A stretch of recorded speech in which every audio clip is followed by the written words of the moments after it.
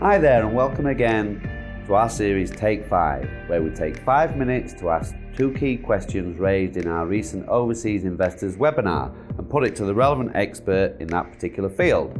I'm your host, Stuart Mitchell, owner of Loan Market here in Queenstown, and today I'm joined by Richie Heap, who is a sales agent at Colliers International and one of the owners there. So Richie, welcome mate. Oh, thank you Stu, nice to be here. Good man, good to have you. So look, we're trying to stick to 5 minutes and good luck that between you and I. Yeah, it's pretty difficult actually being a real estate agent to be confined to a short time, but let's give it a go. Yeah, all right mate. Look, we've got 2 key questions for you as well, so how's that crystal ball looking? Fire away, let's see how we go. Let's go then. So, first question mate, has the market in Queenstown tanked as predicted during COVID? Or are we seeing a bit of a softer landing? Yeah, interesting question that one. Look, when this pandemic first kicked off, there were some pretty dire predictions across New Zealand, to be fair, especially here in Queenstown, considering we are a tourist town and do very well out of the tourists.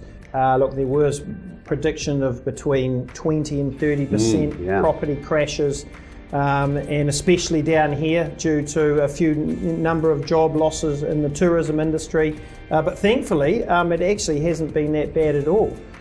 We've seen that potentially across the board, maybe 6 or 8% we're seeing down on some of the pre-COVID sales. But then on the other hand, we're seeing some pretty great sales in and above what we would have seen before the pandemic began. So interesting times. Look, the market has softened slightly, but look, there's several factors which I'm sure you've already heard about with our other experts. Things like low interest rates, first home buyers in the market now, and obviously at the moment there's a bit of lack of listings, which is sort of keeping things quite buoyant. Yeah, right, great. So really there's a real mixed bag out there, eh? Yeah. I mean, you can see some properties have kind of held the price before. It's kind of the particular property, maybe the motivation of the vendor. There's so many variables at play, eh? Yeah, totally. Look, and when the pandemic, when we first got out of our levels into when we could conduct real estate, there was a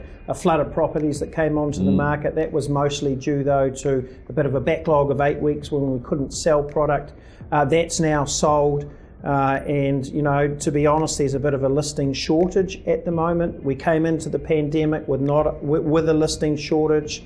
We've sold all of our stuff. We're now starting to sell some of our older stock, the pre-COVID stock. So that's a real indication that there are people out there wanting to buy, and that's going to keep house prices at a pretty good level. It's not going to soften any further, I don't think, and there's really only one way to go, Stu, isn't there? Yeah, there is, and you've maybe answered this question, but I'm going to fire it into you anyway. Should we buy now or later, and either way, why? It's a very good question there, Stu. Again, crystal ball gazing stuff, but look, the advice that I've been giving to clients is if you find a property and you like it, just buy it now. There may have been a little bit of a drop in the market, so you're getting a little bit of a cream off the top there. Interest rates are at an all-time low, so you're picking up, saving money there. Look, the factors we spoke about before, I mean, again, it's crystal ball gazing stuff. There are a lot of people that are sitting on their hands waiting for a potential crash. But look, I don't know if it's going to come. I thought we may have seen that already. Low interest rates, a lot of people in the market, a lack of listings really creates a little bit of a frenzy in the market, especially when you're selling your old stock. I don't want someone to sit on their hands and then miss out, because the cycle, the way it goes, lack of listings, a lot of people in the market, prices start to then slowly nudge up again, and then you miss out. Okay, right, great. Lots of information there, thank you Richie, and we might have just met the 5 minutes mate. So look, if you do have more questions, Richie's information will be at the end of this video. So thanks again for listening, and we're in our final episode next week where the expert's actually going to be me talking, and Richie over here is going to ask me the questions. So we'll look forward to see you next week.